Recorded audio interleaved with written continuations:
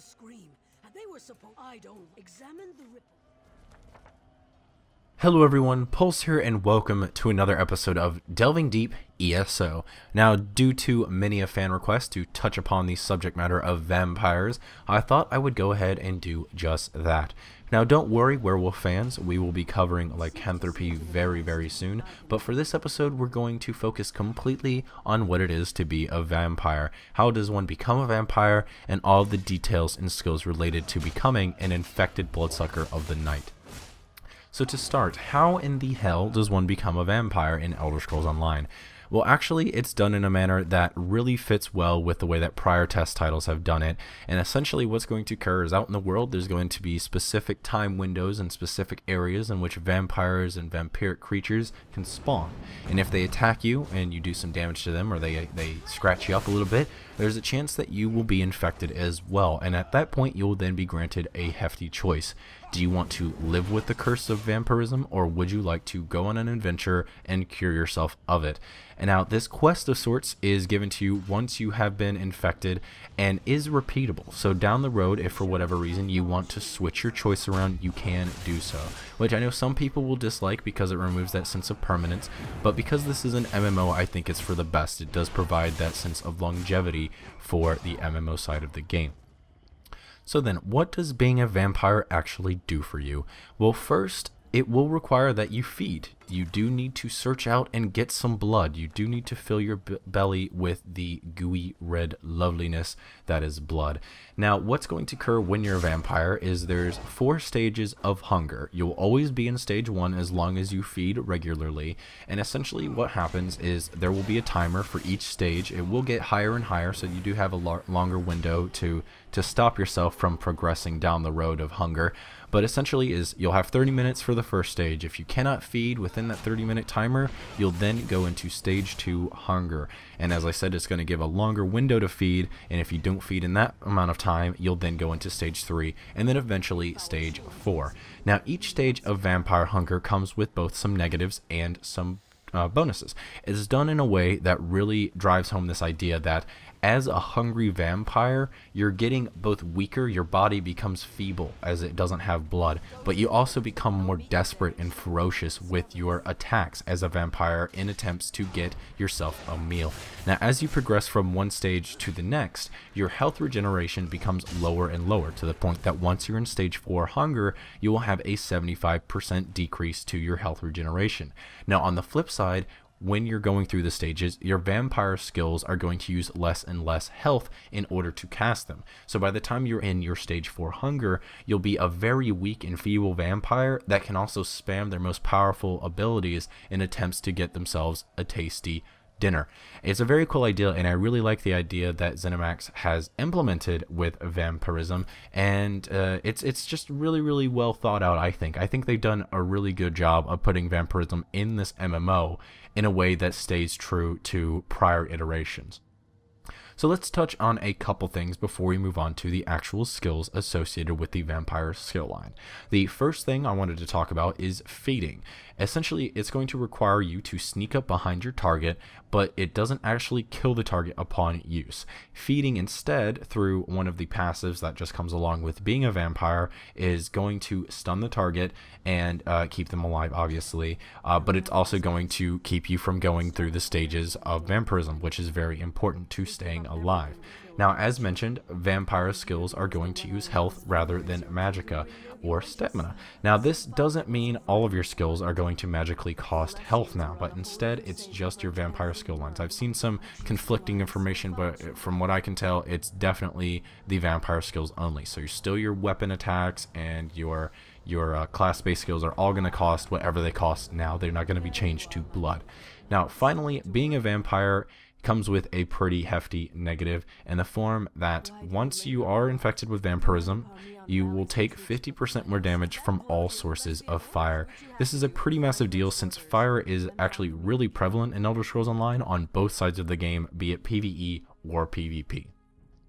So finally, let's get into the skills that come along with being a vampire.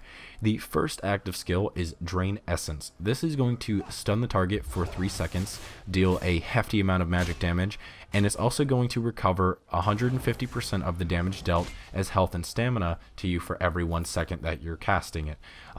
Now, this can be morphed into Invigorating Drain, which is also going to add ultimate to the recovery on this, or it can be turned into Midnight Drain, which is going to really up the recovery rate more effectively at nighttime. Now, the second skill is Mist Form. You have the ability to take a Mist Form and start taking 75% reduced damage from all sources and become invulnerable to healing and crowd control effects for 3 seconds. Now, this can be morphed into Elusive Mist, which will increase your movement speed while in Mist Form, or it can become Poison Mist and become an attack of sorts, where once you're in Mist Form, you will also do damage to nearby enemies. And then finally, for your actives, you have Bat Swarm.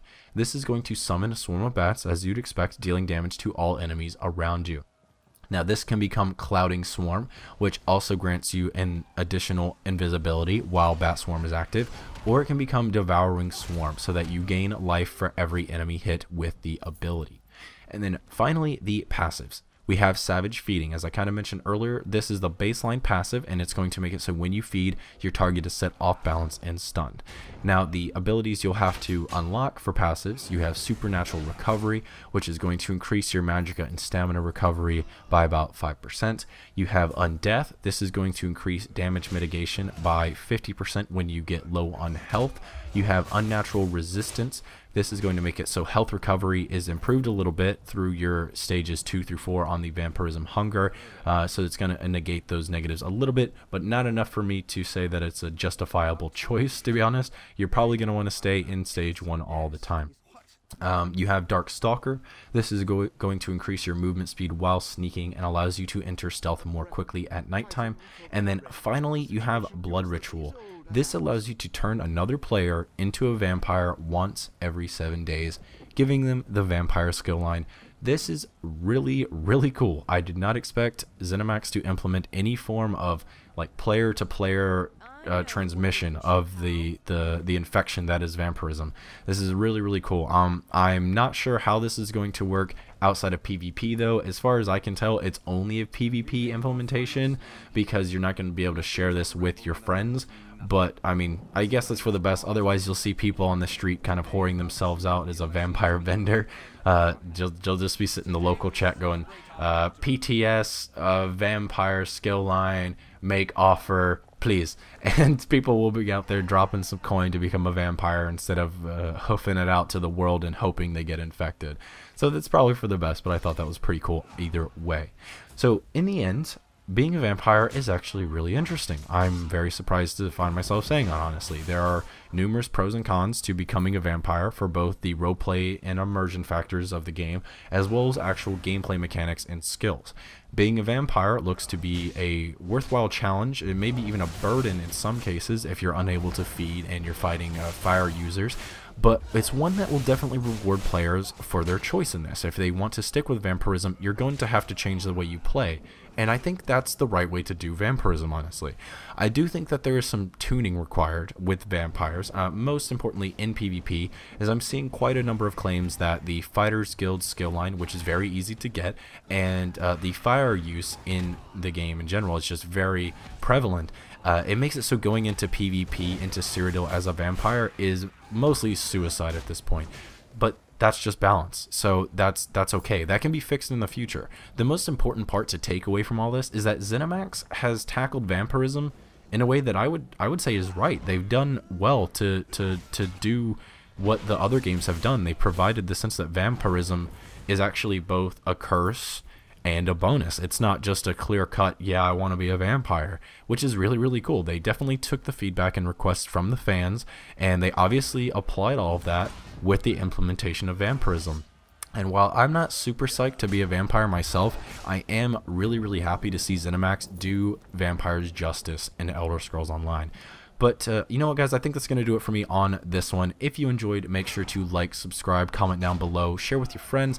Also, make sure to keep refreshing the Nova Pulse Gaming channel, because as I said earlier, there will be a lycanthropy or werewolf themed episode coming up very, very soon. So don't worry, werewolf fans, we will be discussing them very soon. Thanks again for watching, guys, and I will see you on the next one. Bye.